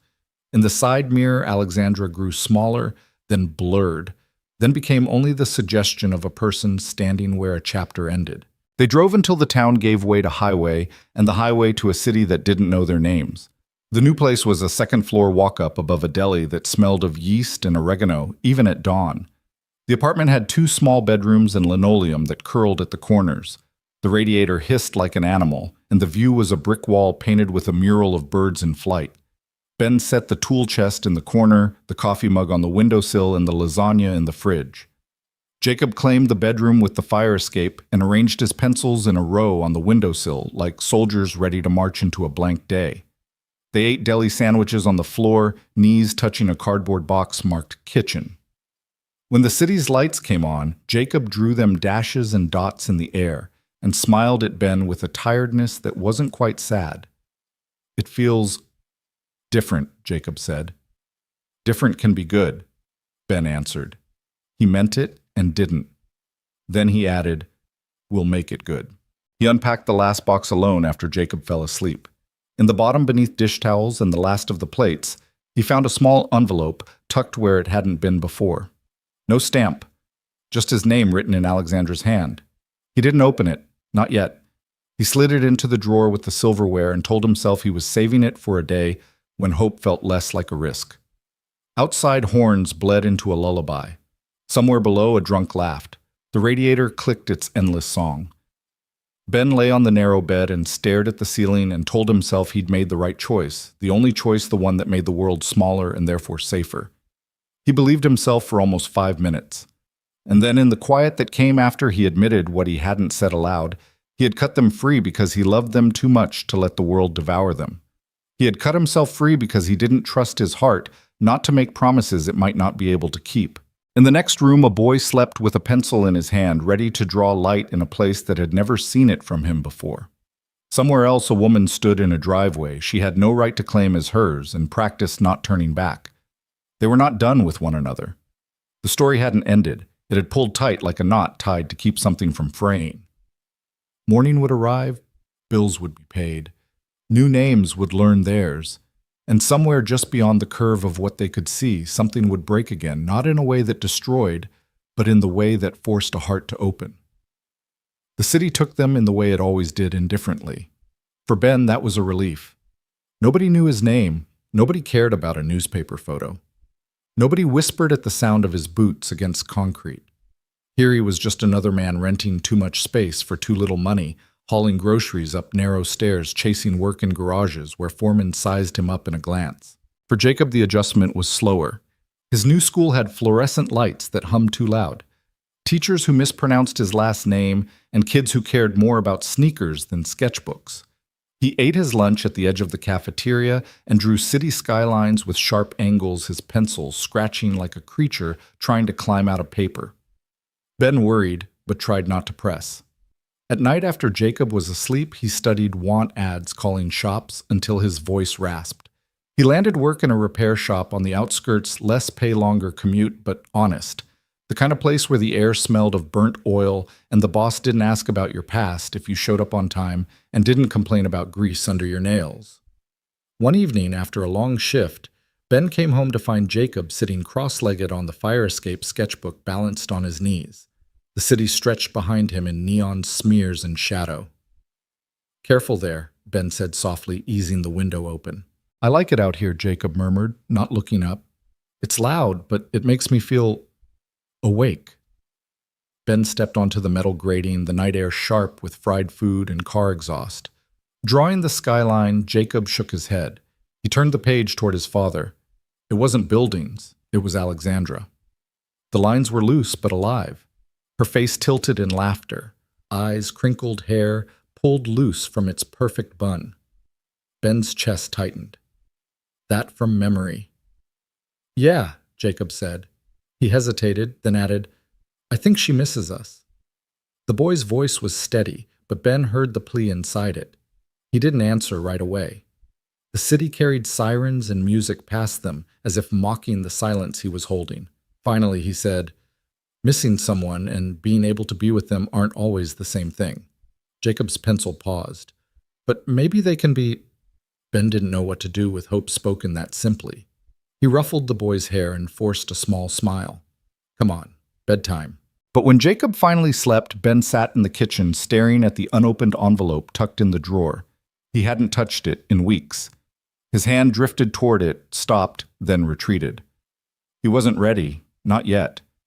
Meanwhile, in the town they'd left behind, Alexandra was drowning in silence of her own.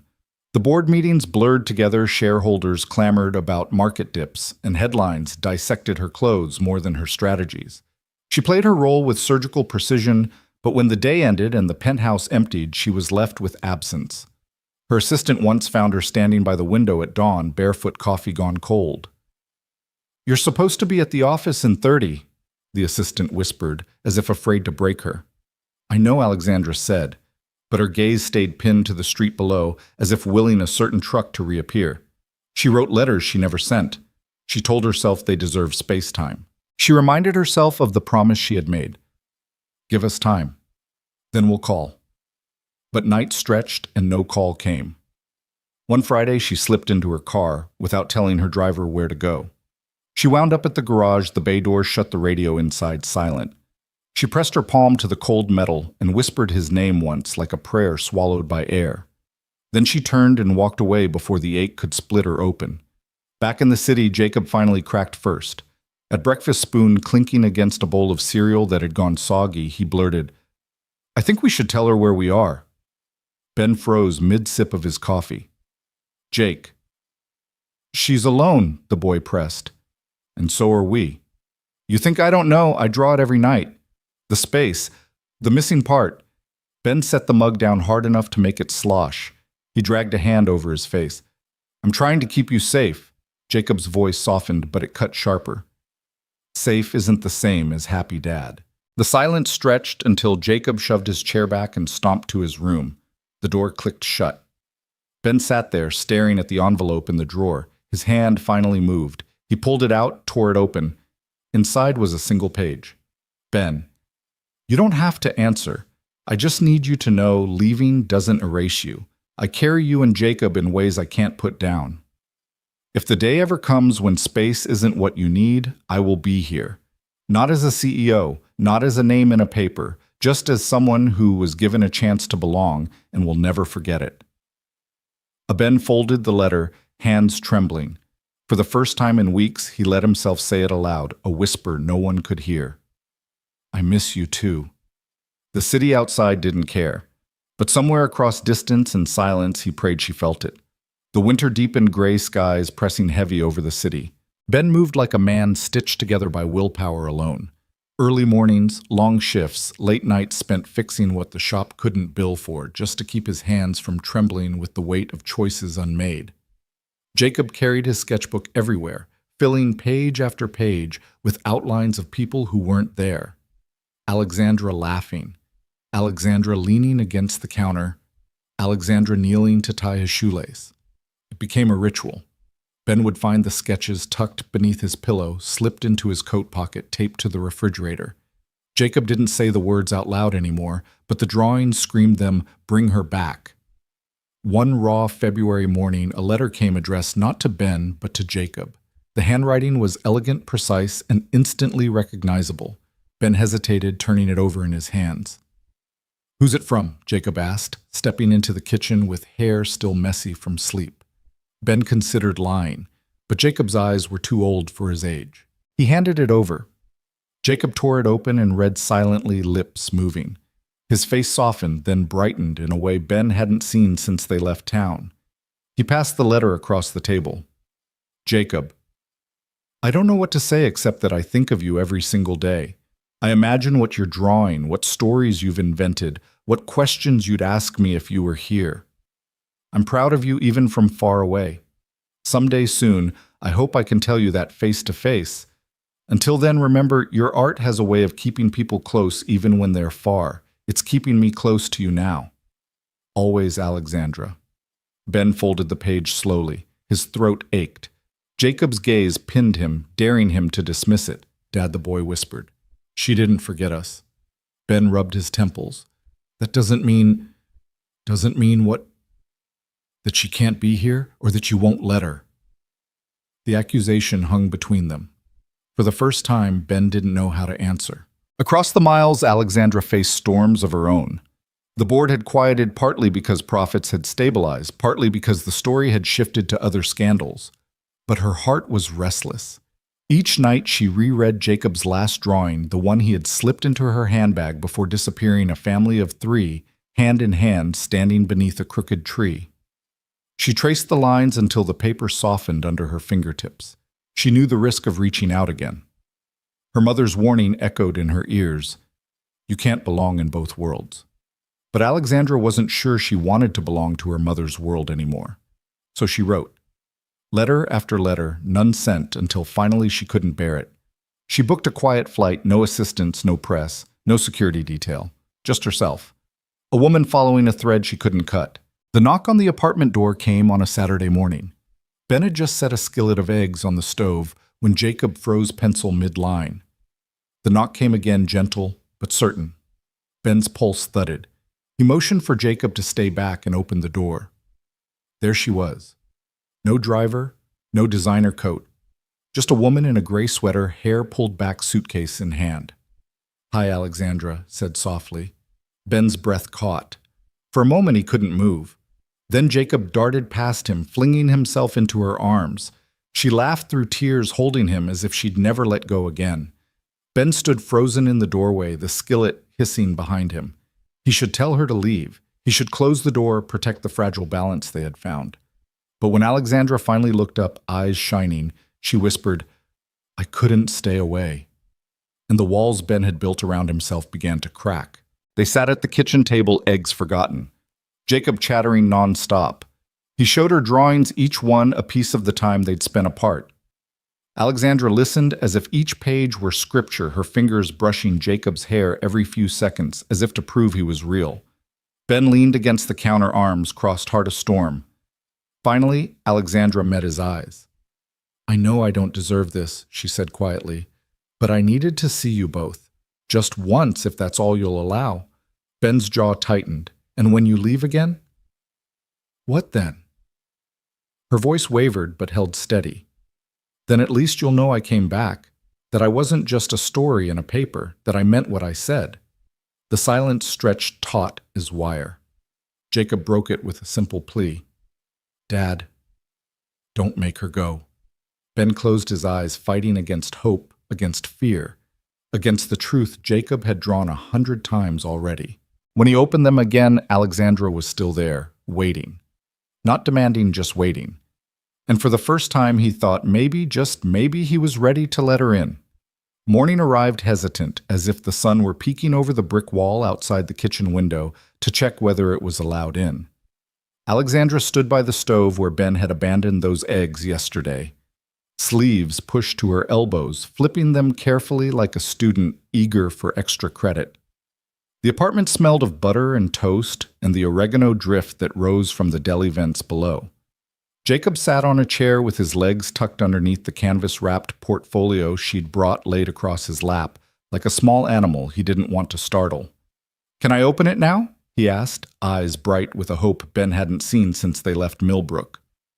"Open it," Alexandra said, smiling without the high polish of her boardroom version. He untied the string, lifted the cover. Inside were thick blank sheets, a softness to the tooth he recognized from the good paper she used to smuggle into the garage. He ran his palm across the first page, reverent. "It sounds like snow," he said, "when you rub it, like quiet." "It's yours," Alexandra said. "All of it." She slid a small tin toward him. Charcoal, kneadable eraser, a few graphite sticks. Ben poured coffee and watched her jaw tight with something that wasn't quite suspicion anymore. He cleared his throat. "Ground rules," he said finally. "We keep Jacob out of the papers. You come here as yourself, no suits of armor, no entourage.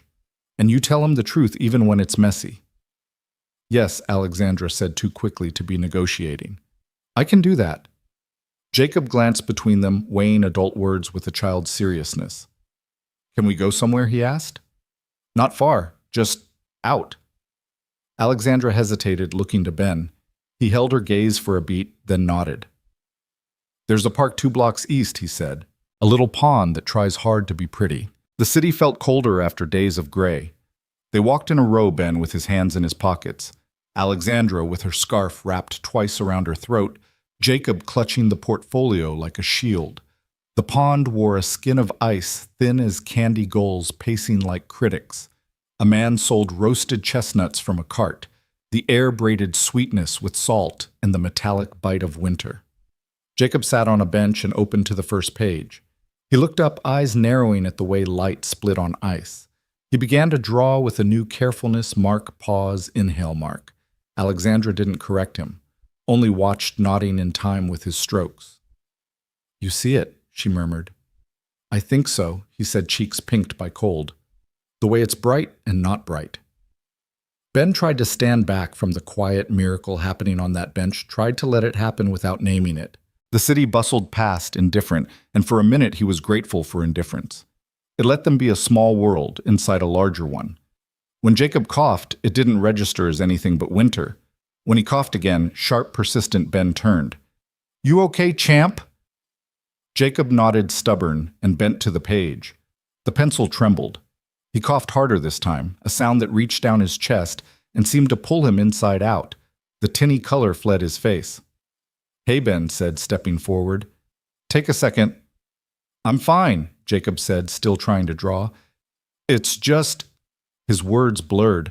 The pencil slipped from his fingers and clattered on the pavement. He swayed. Alexandra was already on her feet. "Ben." "I've got you," Ben said, catching his son under the arms as the boy crumpled. Jacob's weight was frighteningly light, the bones of his shoulders like bird wings beneath his jacket.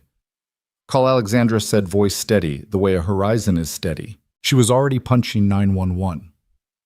"We're at Tompkins and 6th, the north side of the pond." Child 8 collapsed, breathing but shallow. "Yes." Ben crouched on the cold concrete, cradling his boy, his own breath coming in shallow knives. Jacob's eyes fluttered open, closed, opened again like someone stuck between 2 rooms and unsure which one he belonged in. Hey, Ben murmured. "Look at me." "You're okay." Alexandra stripped off her scarf and tucked it beneath Jacob's head. She pressed the back of her fingers to his cheek, then his throat, counting something only she could hear.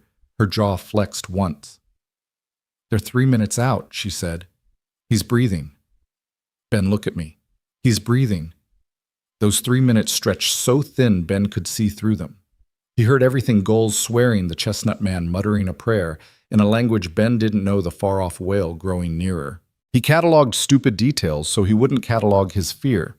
Ice cracking toward the center of the pond, a red mitten dropped by some other child, the way Jacob's pencil had rolled against his boot and stopped.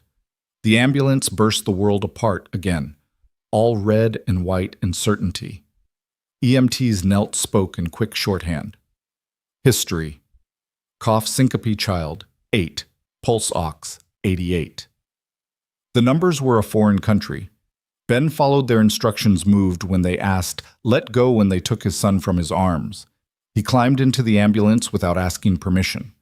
Alexandra followed, her hands folded tight in her lap, as if she were holding the rest of her body together with her fingers. Hospitals smell like lemon and fear. The doors shuttered closed behind them, and the machine language took over triage pediatric cardiology consult. A nurse clipped a sensor to Jacob's finger. The monitor responded with a jittering green heartbeat that looked too small to be a heart. Mr. Carter. A doctor in blue scrubs appeared, eyes kind but clinical. I'm Dr. Ramos. We're seeing signs consistent with a congenital heart defect, likely valve-related. Has Jacob ever had episodes of dizziness, palpitations, fatigue? Ben swallowed 1,000 moments that fit all too well. He gets tired. Sometimes he says his chest feels tight when he runs. The words tasted like guilt. It's not something you could have known, Ramos said, as if reading his mind. These things can lurk until a growth spurt or stress triggers symptoms. He glanced at Alexandra, then back to Ben. We'll need an echocardiogram. If the imaging confirms what we suspect, surgery will be recommended sooner rather than later. Surgery. Ben repeated the word, falling through him. Ramos nodded. We do this every day. The prognosis is good, but we should move quickly. When the doctor left, the room shrank to its beeps and the sound of Jacob's small breath. Ben stood with his palm on the bed rail because he needed to touch something solid. Alexandra stood close enough that the wool of her sweater brushed his knuckles. I can, she started. Donnie said, reflex snapping up like a shield.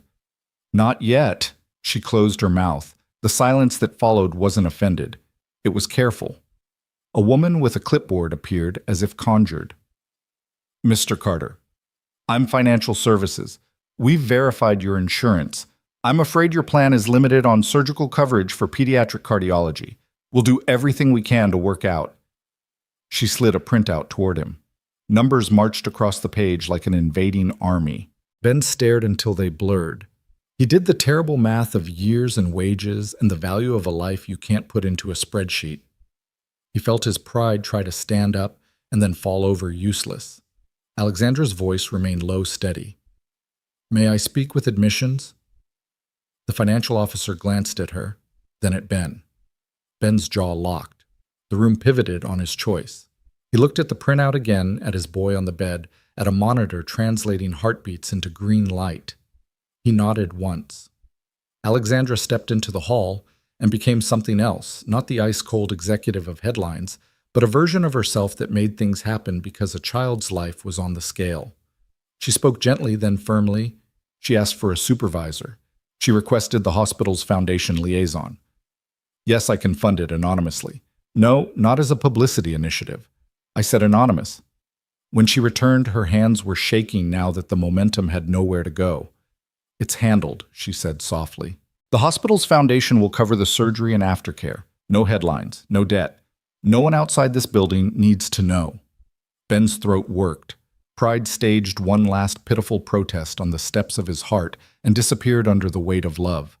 Why, he asked and hated how small the word sounded. Because he is your son, she said, as if that ended the argument. Then more quietly. Because you carried me out of a car without asking my name. Because you taught me that goodness can exist without cost. Let me answer the world in your language for once. He didn't have words big enough for that. He reached out barely, and she took his hand as if it had always been hers to hold. Dr. Ramos returned with the echo results, images like moonscapes frozen in black and white. Bicuspid aortic valve with stenosis, he said. It explains everything. We're recommending surgical repair in the morning. Tomorrow, Ben repeated. We'll take good care of him, Ramos said. He met Ben's eyes until Ben had to look away for fear he'd see his own terror reflected back. I promise. Night widened around them. Hospitals don't have proper night. The fluorescence dim just enough to make everything feel like the inside of a dream you can't wake from. Ben sat in the hard chair beside Jacob's bed. Alexandra fetched bad coffee, then better tea, then a blanket, because Ben refused to move and the air kept needling his back. At 2 a.m., Jacob stirred. "Dad." "I'm here," Ben said, standing so fast his knee cracked. Ali Jacob's voice was a thread. Alexandra leaned in. "I'm here too. Can you draw with me tomorrow?" he asked. Lids heavy. "Tomorrow," she said. Even though tomorrow he'd be in an operating room and she'd be praying in a hallway. "I'll bring the good paper." His lashes settled. The monitor traced his small mountain range. Silence pulled its chair between them and settled in. Around 4, a janitor with headphones walked the halls, mop whispering secrets to tile. In another room, a baby wailed and was comforted. The world continued unfair and ordinary. At dawn, the surgical team came with soft voices and efficient hands. They explained what would happen, as if explaining a recipe, then wheeled Jacob toward double doors that made Ben think of other doors, the kind that close and don't open the same way again. Ben walked beside the gurney until the red line on the floor said, "Family waits here." He pressed his cheek to his son's hair, breathed in the shampoo and the medicinal overlay. "You're strong," he said into that hair. "Stronger than me." Jacob's eyes opened one last time. "Draw the light." He whispered their code for hope. "We will," Ben said and stepped back. The doors swung closed with a hush that felt louder than a slam. Ben stood there, sudden and useless as a statue. Alexandra didn't talk. She didn't promise. She simply reached for his hand again, and he let her take it. They turned together and walked to the waiting room. Two figures stitched side by a thread they hadn't chosen but wouldn't cut. On the table sat a cheap pen and a stack of forms. Alexandra pulled one of Jacob's graphite sticks from the portfolio she'd insisted on carrying and set it between them. "Actions, not words," she said, half to herself. Ben nodded, knuckles, white eyes on the double doors that held his whole world. Then we wait. The clock began to count in honest seconds. Outside, the city climbed into day. Inside, under lights that pretended to be sun, a boy's brave heart met a stranger's hands. And in the corridor beyond, a man and a woman, too proud, too wounded, too in love with someone small to pretend otherwise, faced the only thing harder than lost hope. The waiting room was a theater of dread. Beige walls, plastic chairs bolted in rows, a coffee machine that gurgled but never seemed to finish brewing. Ben sat forward, elbows on knees, staring at the same tile pattern until it burned into his eyes. Alexandra sat beside him. Posture-perfect hands interlocked so tightly, her knuckles shone white. Neither spoke. Hours had the weight of mountains. A clock on the wall ticked too loudly, its hands crawling across a face that mocked their desperation. Occasionally, the double doors swung open with a nurse or orderly, but never with the words they needed. Ben muttered, "They said 4 hours." "It hasn't been 4, Alexandra replied softly, though she knew it had been nearly 3.5. Her tone was less correction and more plea. He rubbed his face. "What if—" "Don't," she said sharply, cutting him off. "You taught me not to play out the worst before it comes. Remember?" That silenced him, but his leg kept bouncing, knee hammering the floor like a drum. Alexandra reached over, resting her hand on his. He didn't move away this time. Across the room, a mother cradled a newborn, whispering lullabies in Spanish. An old man dozed, mouth open, a folded newspaper sliding from his lap. Life in fragments colliding with their vigil. Ben whispered, "He asked me to draw the light." Alexandra tilted her head, eyes glassy. "Then let's draw it." She pulled Jacob's portfolio from her bag, laid it open on her lap. The blank page yawned at them, demanding something more than panic. She offered him the graphite stick. He hesitated. His calloused fingers brushed hers as he took it. Slowly, awkwardly, he sketched. A line, then another. A curve, a shadow. His hand trembled but steadied with each stroke. Alexandra leaned close, adding her own marks with quick precision. Together they drew a window opening onto a rising sun rays spilling outward like promises. When they finished, the crude sketch looked like hope refusing to be small. Ben stared at it. He'll want to see this. He will, Alexandra said, her certainty more a prayer than knowledge. Hours later, the double doors finally opened. Dr. Ramos appeared, surgical cap still on mask, tugged beneath his chin. His eyes sought theirs across the waiting room. Ben was on his feet before the doctor spoke. The surgery was successful, Ramos said. We repaired the valve. Jacob's heart is strong. He's stable. Ben's knees nearly buckled with relief. Alexandra pressed both hands to her mouth, shoulders shaking once before she composed herself. Can we see him? Ben asked. Briefly, yes, Ramos said. He's sedated, but you can be there when he wakes. They followed down corridors that seemed lighter now, past doors and machines, until they entered a recovery room humming with steady beeps. Jacob lay small against a sea of white sheets, chest rising and falling beneath tubes and sensors. His hair was damp with sweat, his lips pale, but not lifeless. Ben sat beside him, gripping the boy's hand gently, terrified to squeeze too hard. I'm here, champ. We made it. Alexandra stood near the foot of the bed, fingers twisting her scarf. She whispered, draw the light, as if the words themselves could anchor him back to them. Jacob stirred, faintly, eyelids fluttering. A murmur escaped his lips. Ben leaned close. It's okay, Jacob. Rest. You're safe. The boy's eyes opened a crack, glazed with anesthesia. Dad? Yes. Ali. I'm right here, Alexandra said, stepping closer. A faint smile tugged at his lips. Good. He slipped back into sleep. Ben exhaled, pressing his forehead to the mattress. Alexandra reached out and for the first time placed her hand gently on his back. He didn't push her away. The days that followed blurred into routine, nurses adjusting IVs, doctors explaining progress, Jacob slowly regaining color. Each improvement was a victory celebrated with quiet tears and soft laughter. On the third morning, Jacob was awake enough to talk. His voice was weak, but his eyes burned with the same determination he always had when drawing. Dad? He whispered, did you draw it? Ben pulled the sketch from the portfolio, edges smudged. He unfolded it and placed it on Jacob's lap. Jacob studied it, running a fingertip across the rays. His smile widened. You did it. You drew the light. His eyes shifted to Alexandra. Did you draw too? Yes, she said, her voice catching. I helped, he nodded, satisfied. Then it's ours. Ben swallowed hard, the weight of pride and love threatening to undo him. Yeah, champ, it's ours. Outside Jacob's room that evening, Ben and Alexandra finally faced each other without the buffer of crisis. You saved him, Ben said, voice low. Her eyes softened. No. You did. You're the reason he's strong enough to fight. You paid for the surgery, he countered. She shook her head. Money doesn't hold his hand at night. Money doesn't teach him to see light where others see shadows. That's you.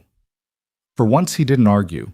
The truth sat too heavily to deny, but he also saw something else in her eyes, a longing not just for Jacob's healing, but for something bigger, something binding the three of them together. And it scared him. Because as much as she'd proven herself, as much as he couldn't deny her place in their lives, Ben still carried the instinct to run when things felt too fragile to hold. He whispered more to himself than to her. Don't make promises you can't keep. Alexandra's reply was soft, steady. I'm not the one breaking anymore, Ben.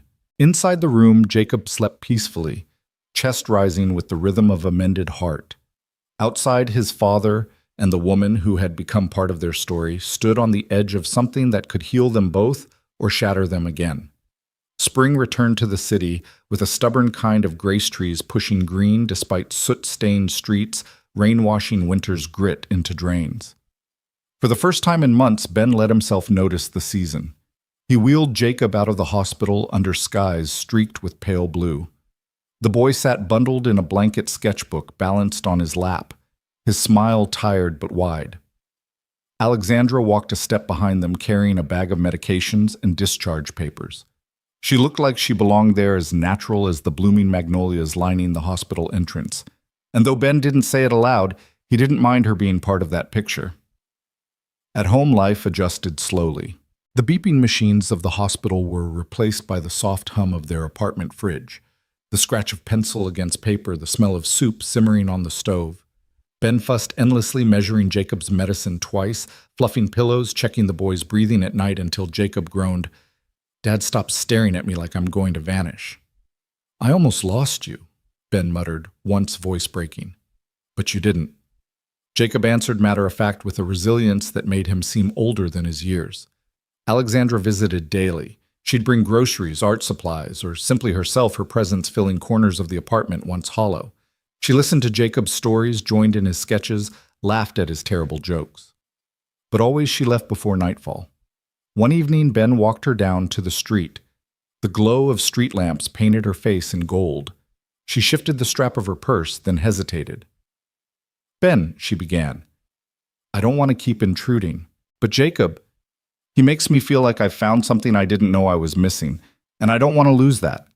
He studied her wary. "And what about when the board calls you back? When the press decides you shouldn't be here?" She held his gaze. "Then I'll answer them.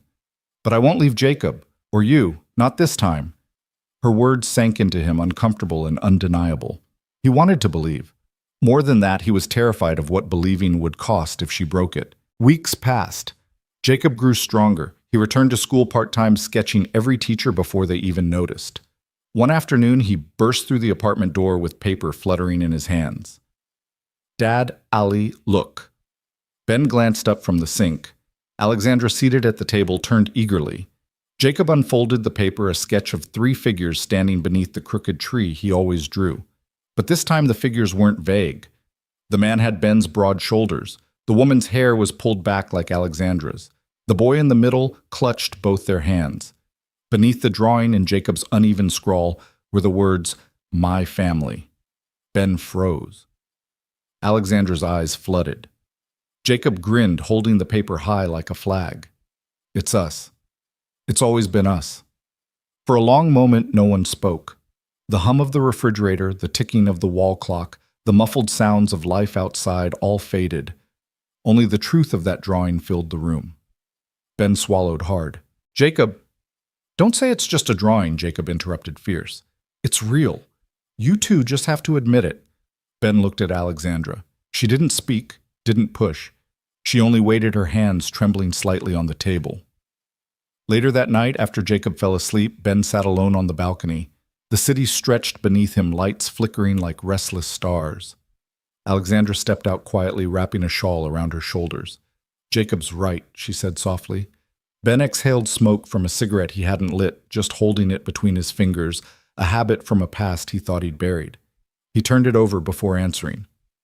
"Believing in this scares me more than anything." "Because it's fragile," she asked. "Because it's real," he said. "And if it breaks him." She stepped closer, her presence steady as the ground beneath his feet. "Then let's not break it, Ben." The simplicity of her words unsettled him.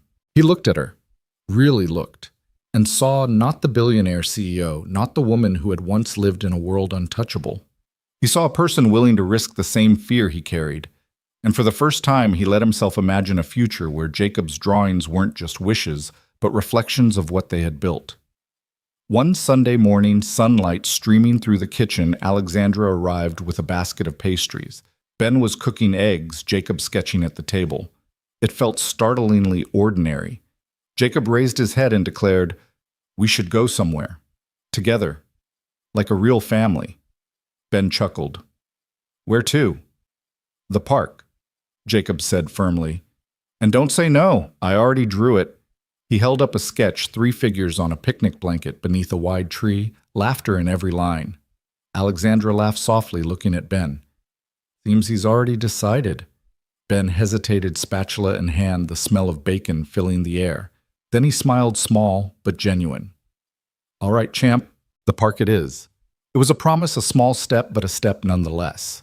And for Jacob, it was everything. The park was alive with Sunday noise children chasing kites, couples sprawled on blankets, the smell of hot dogs drifting from a vendor's cart. Ben carried the picnic basket, its weight awkward but welcome. Alexandra walked beside him, her hand brushing his once lingering longer than accident allowed. Jacob skipped a few steps ahead, his sketchbook tucked under his arm, eyes wide as if cataloging every color, every laugh, every flicker of life. They found a quiet patch under a sprawling oak. Grass cushioned their steps, and sunlight dappled their faces. Jacob spread the blanket with a flourish, proud as though he'd laid out a royal feast. Ben lowered the basket. "All right, champ, your kingdom." "Not mine," Jacob corrected, grinning. "Ours." The word hung there weighty, undeniable. Alexandra's eyes glistened. They ate simply sandwiches, fruit pastries Alexandra insisted on buying. Conversation flowed easier than it ever had, full of Jacob's excited chatter and Alexandra's laughter that grew freer with every passing minute. Ben found himself smiling more than he realized, the sound of her laugh, stirring something he hadn't let himself feel in years. After lunch, Jacob sprawled across the blanket sketchbook balanced on his knees. He drew the oak tree, then the three of them beneath it. Every stroke of his pencil pressed deeper into truth. "Dad," he said without looking up, "you should smile more. You look better when you do." Ben chuckled, shaking his head. "Bossy, aren't you?" Jacob grinned. "Gets it from Ali." Alexandra pressed a hand to her heart, feigning offense. "Me?" The boy nodded solemnly. "Yeah, but it's good. We need it." Her laughter softened, turning into something like a sigh. She looked at Ben, her eyes saying what her lips didn't. "Don't you see? We already are what he drew." Later, as the sun began its slow descent, painting the sky in pink and amber, Jacob fell asleep against the blanket, pencil still in his hand. His breathing was steady, peaceful, in a way that made Ben's chest ache with gratitude. Ben watched him, then whispered, "I keep waiting for the world to take this away." Alexandra leaned closer, her voice steady. "It won't. Not if we hold it tight." He turned to her, torn. "And what about you? When the world starts pulling you back, you're bored, your business, the headlines." "What then?" She met his gaze, unwavering. "Then I'll choose again. And every time after that. Because this," she gestured to the boy, to the blanket, to the sketchbook lying open with its truth scrawled in graphite, "is the only thing that feels real." For a long moment, silence settled between them, broken only by birdsong and distant laughter. Ben wanted to believe her. More than that, he wanted to believe himself capable of holding on to it. Tentatively, he reached across the blanket and took her hand. His grip was rough, uncertain. Hers tightened gently, certain enough for them both. When Jacob stirred awake, he blinked at their joined hands and grinned. "Told you." Ben rolled his eyes. "Go back to sleep." But the boy only laughed, nestling closer. "You can't hide from drawings. They always tell the truth." Alexandra brushed a hand through Jacob's hair. "Then let's keep drawing." The boy yawned. "Together." And in that simple word lay everything they had fought for: the surgeries, the sleepless nights, the fears and doubts and broken promises. A family rebuilt not by accident, but by choice. As the last light of day fell across the park, Ben looked at Alexandra and saw not a billionaire, not a savior, but a woman who had chosen them as much as they had chosen her. For the first time in years, hope didn't feel dangerous. It felt like home. Your thoughts will help us create meaningful stories. And if you want to hear more powerful healing stories like this, don't forget to subscribe to the channel, click the bell icon so you don't miss any new episodes. And most importantly, share this video with people who need a little hope today. Thank you so much for your time. We hear you, we listen to you, and we are honored to tell these stories for you.